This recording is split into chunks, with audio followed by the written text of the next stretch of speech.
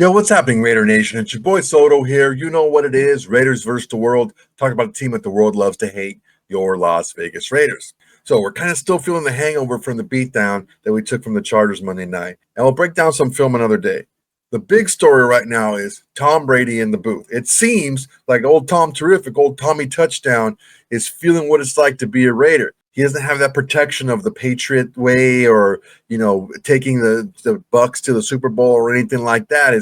He's fair game now because he's with the Raiders, and you know how the Raiders are with mainstream media. So if you haven't heard, Tom Brady, minority owner of the Raiders and the lead NFL analyst for Fox Sports, he was seen in the booth during the Monday Night Football game with a headset on, sitting next to Chip Kelly. Now, the fact that he was sitting in the booth and had a headset on and a tablet in front of him kind of sparked a little bit of controversy, right? Because people are like, is this a conflict of interest? Is this above water? Is this okay to do? He talks to other teams as part of like his prep for the games and everything that he announces on. So people are kind of taking a little bit of an exception to that. On top of that, ESPN's Peter Schrager reported that he had a conversation with Chip Kelly, and Chip Kelly told him that he and Tom Brady talk 2-3 times a week, and Tom Brady is involved in the game planning.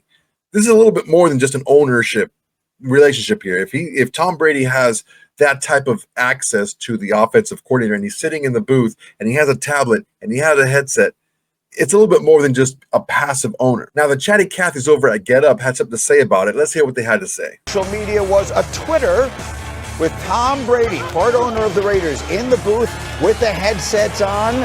Lots to be said about it. So the Chargers get the win. But a lot of conversation about Brady in the booth. Let's start there. Let me give you the background in case you haven't heard it.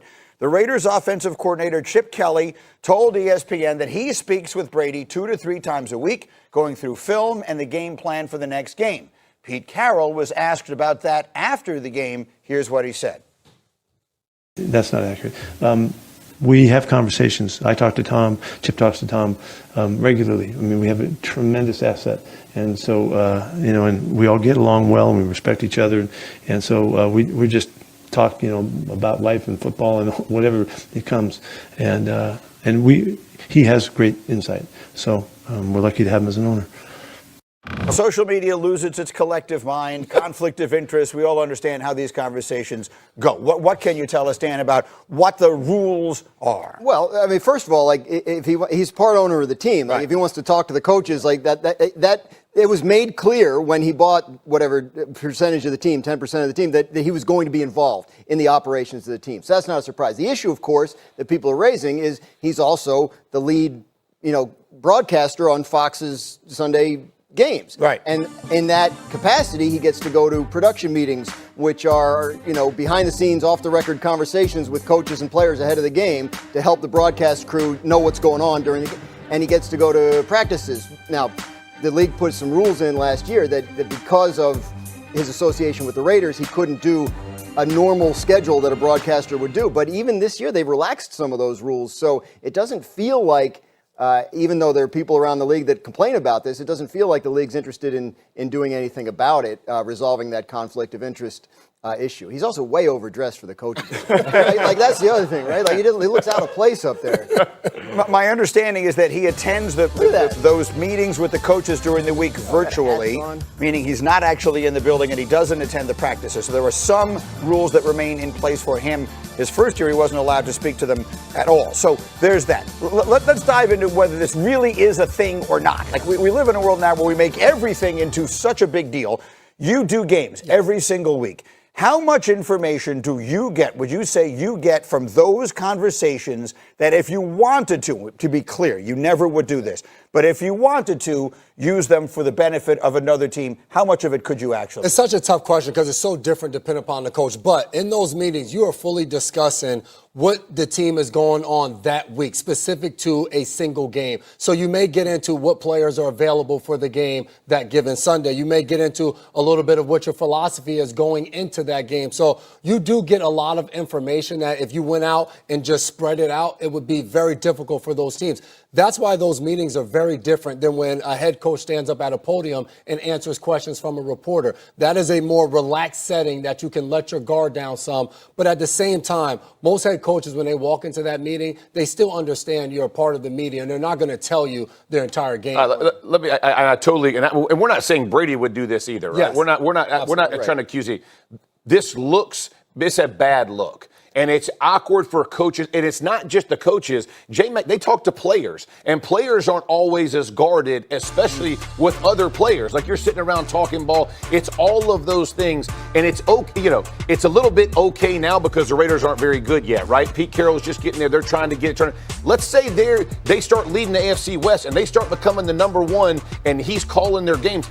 It just becomes very sticky, in my opinion, the way it looks. And I'm not saying Brady's doing anything wrong. No. He's following the rules, but and they have the same tailor. Y'all both look sharp today. Yeah. But it's just that thing for me. Let me give a hard, concrete example of this. Next week, this coming week, Tom Brady is scheduled to do the game between the Cowboys and the Bears. Right. The following week, the Bears play the Raiders. Yeah. So he is, in theory, going to be talking to the Bears coaches this week, asking whatever it is he asks. They'll tell him whatever it is they tell him.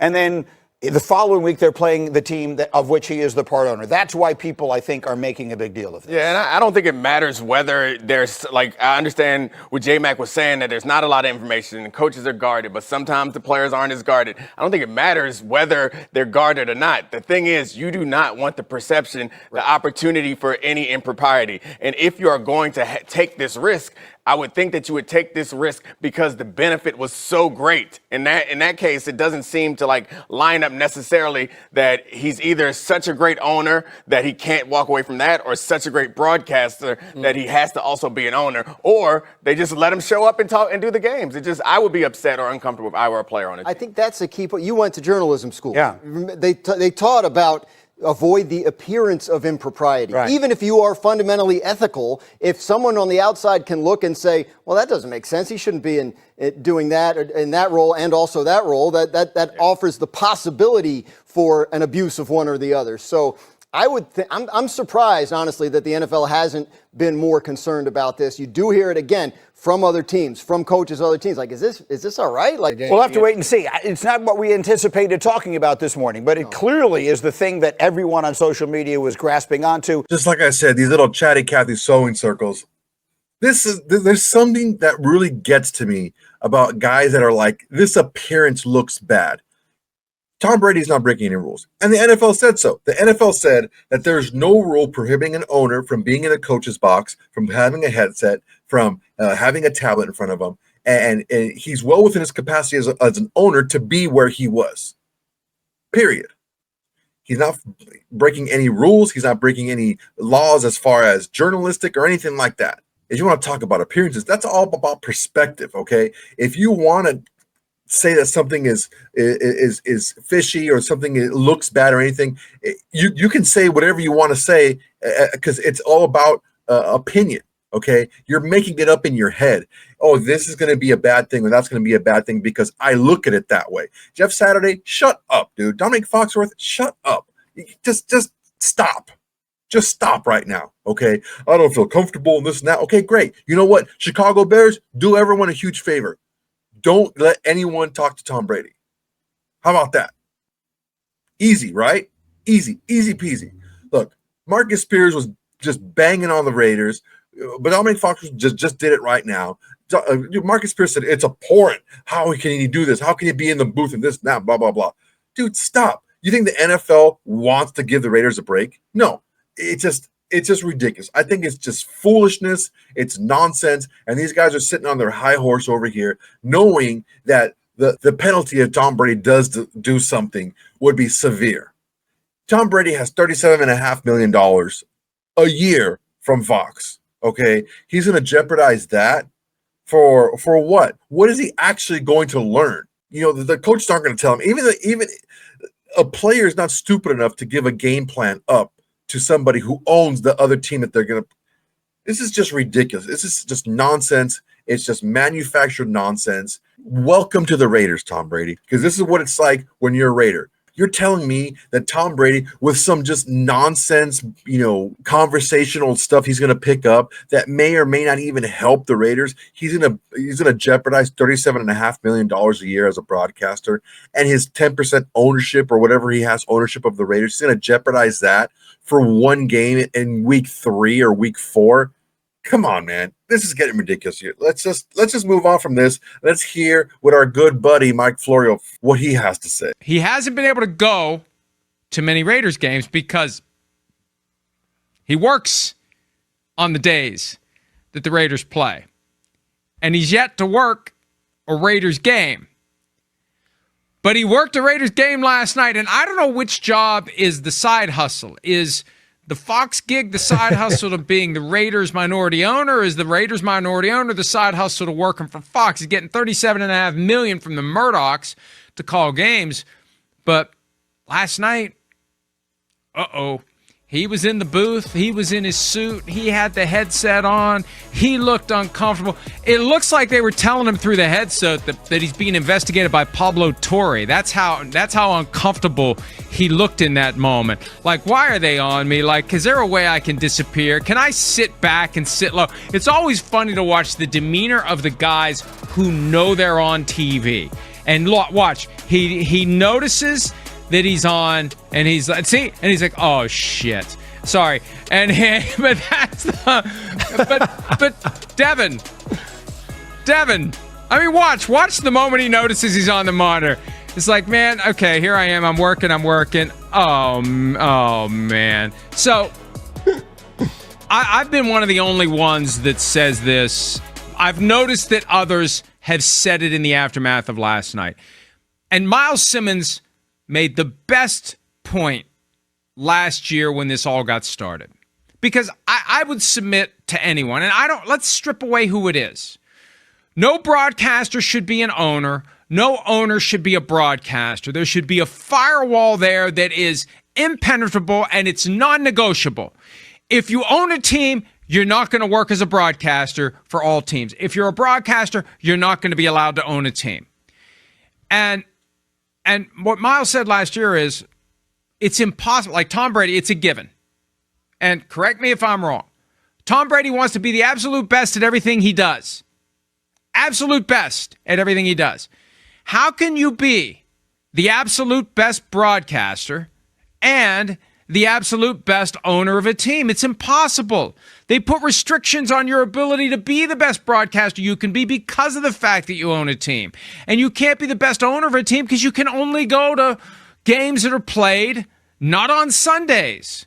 Monday night game, boom, there he is, and look at what he's doing. And it's almost like people needed to see Tom Brady at a game with the headset, sitting with the coaches, and hear how he talks to Chip Kelly multiple times a week. Now, Pete Carroll tried to dispute that, but they don't want to blow up his spot. But it's maybe that's the moment that people are going to be like, yeah, now we understand why it's a problem for this guy to be out there gathering information about players and coaches and teams that could be leveraged to the advantage of the Raiders, because we see what happens when he can go to a Raiders game. He's not sitting in the suite sipping Chardonnay and eating macadamia nuts. He's working the game.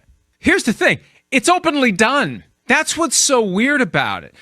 Like I know those trophies behind you had a lot to do with you getting them. You did too. And I know he's your teammate and your friend, but that's the problem. We tiptoe around these things that we shouldn't tiptoe around. Like, somebody needs to say, Tom, enough is enough. You can't do both. Pick one or the other. You can't do both. And I've been saying it for a year. And for a year, I felt like I'm the asshole for pointing out the thing that's obvious. Like, I grew up at a time when conflicts of interest were a big deal. And he has a clear conflict of interest. And you see articles from people trying to say how it's not a conflict of interest. And if you bring it up, you get attacked. I got attacked for pointing it out. Like, we either have standards or we don't. And I understand we live at a time when maybe we don't have standards. But, man, you'd like to think that somebody at 345 Park Avenue would say, Tom, you can't do this. No one can do this. Sorry if you don't like it, but no one can do it. And I think Tom's attitude is, as evidenced by his I'm going to do it as long as I can get away with it. all this conversation is revolving around the same thing. And Mike Florio said it. He's going to keep doing it until he's told to stop. So right now, he's not doing anything wrong. Tom Brady is not doing anything wrong. And that's what kills people. That right there is what really kills people. He's doing things that they perceive is an advantage, is not right, is not above water, is a conflict of interest, but they can't do anything about it. Nobody can do anything about it because Tom Brady is not breaking any rules. And that's what kills him. That's what's killing Mike Florio. That's what was killing Dominic Foxworth. That's what was killing Marcus Spears. That's what was killing Jeff Saturday. All these guys that had all this to say about what Tom Brady's doing, the fact that he's not doing anything wrong, that he's not breaking any rules, that's what's killing him, because they can't come down on Tom Brady for that. So what are they going to come down on him for? Oh, the optics is bad. It's a confidence. It's all opinion. It's all opinion, and it's nonsense. Dan Patrick is normally the guy that kind of gives the Raiders a little bit of a break. But let's hear what he has to say about this subject and Tom Brady. Old conflict of interest came up again last night. Now, I've made my opinion public. I've let it be known. I don't think that it helps anybody that. Now, I understand the NFL is in the entertainment business and they want Tom Brady involved. He's a minority owner of the Raiders. They also want him in there as an analyst for Fox. And I was like, okay, this is going to be a conflict of interest at some point. But if the owners are okay, the commissioner's okay, teams are okay, then all right, I'll be okay with it. And then last night I see Tom, he's in the coach's booth. He's there helping Chip Kelly, the offensive coordinator. He's got a headset on. And I'm thinking, okay, let me look at Tom's schedule here coming up. Just in case there's a conflict of interest, like he would be doing a game and then that team would be playing the Raiders. Well, he's got the Cowboys and the Bears, and then the Bears play the Raiders. That's a direct conflict of interest, right? Now, can he do his job for Fox while being the minority owner of the Raiders when he goes in to talk to Ben Johnson and Caleb Williams? Because his job is to glean information. His job is to, and this is what happens in those production meetings. The coaches and players, they'll tell you things, but they're asking you, you can't use this, don't use this until game day. In the flow of a game, it's really the unspoken embargo on information. Well, if you're the Bears and Tom Brady comes in, knowing you play the Raiders the following week, then how forthcoming are you? So then Tom's not able to do his job for Fox. If the NFL wants him in there, great. I get it. But, on the surface, it doesn't look good that he's in there with a headset on next to the offensive coordinator. And the fact that they're blatant, they didn't hide it. Tom's not in the corner. He's not wearing sunglasses and a hat, a hoodie. But it's just not a good look. And Tom has to do his job for Fox. They're paying him $37 million a year. And, maybe it's not that big a deal. I've had, a former quarterback saying, he's going to find out that information. I said, okay. He doesn't have to go to production meeting. No, he wasn't allowed to go to practices. Now all of a sudden it's like, well, the NFL kind of scoots along and says, we'll take a little bit of a hit here, a little PR hit, but that's okay. We still want Tom there. And I understand that. It feels wrong. There's a conflict of interest. Now, we did reach out to everybody, the commissioner. We also reached out to Fox to see if maybe, somebody there with their NFL coverage, because it might hurt their coverage a little bit. Yes, Marvin. Do you think people would be in an uproar if he was sitting in the owner's box, a la Robert Kraft or Jerry Jones? I wouldn't have as much of a problem with that I did with him being in the coach's booth. He's directly, now he should have helped out Geno Smith a little more, but that's different. That's different. Owners, okay, he's just, he's there, he's minority owner. All right, having a cocktail and, chatting up with Mark Davis. This, you got the headset on. How would you feel if he was on the sidelines with a headset on? Might as well be. And I know maybe this isn't a big deal. Maybe it's not. I don't like the look of this. I think they ended it the right way. Dan Patrick said it. He said, I don't know if it's a big deal. It just doesn't look right. And ultimately, that's nonsense, okay? Because if he's not doing anything wrong, shut your mouth up about it, all right? Just a bunch of crybabies trying to find something to cry about. And guess what, guys? It looks like Tom Brady is a Raider because Tom Brady's getting hated on left and right for doing nothing wrong. He's not doing anything wrong. Nobody has any accusations even of him doing any malfeasance, doing anything, any improprieties, doing anything below water. It's just nonsense. People are just reaching for things to hate on Tom Brady now because guess what? Who does the world love to hate? Like I say every day, your Las Vegas Raiders. And anyone attached to him is going to get that same hate. So after all this nonsense and all this hate and all this just trash being talked, I got one thing to say to Tom Brady. Tom Brady, welcome to the dark side. This is what it's like to be a Raider. All right, guys, that's my time for today. Really appreciate you guys watching. Go ahead and like, comment, and subscribe to this video. It's the next way to support the channel. It's absolutely free, and it's the bare minimum you can do to support the channel besides doing nothing, just watching the video. On top of that, we have the Shield Society. What is the Shield Society? Shield Society is a membership. It's only $5 a month. What you get is the videos right away. So as soon as I upload them, you get them. You don't have to wait for it to be scheduled and released and all that stuff. That's why sometimes when you watch a video when it's barely released, it already has like 50, 75 views. Well, that's because the Shield Society has already started watching them. On top of that, you get the watch party every week with me. Every single game of the Raiders regular season, you get to watch it with me, get my analysis, my play-by-play, all that good stuff. On top of that, you have the opportunity to jump on yourself and ask any questions, make any comments, and give your analysis to be a part of the show with the Shield Society. Now, here's the best part of it. It's just us. It's never going to release to anybody else, just the Shield Society. That's it. So you can say whatever you want on there. No one else is going to hear it. All right, guys, I need you to do one more thing for me, okay? I need you to tell your friends, tell your haters, tell your mamas, tell everybody. Raiders versus the world is the greatest thing going in Raider Nation today. All right, guys, that's my time. Till next time, everybody. Peace. Hey, Raider Nation. Thanks for watching. There's plenty more where that came from. Go ahead and smash that like button. Drop a comment. Make sure to subscribe and share to all your socials. It's the bare minimum you can do without doing absolutely nothing.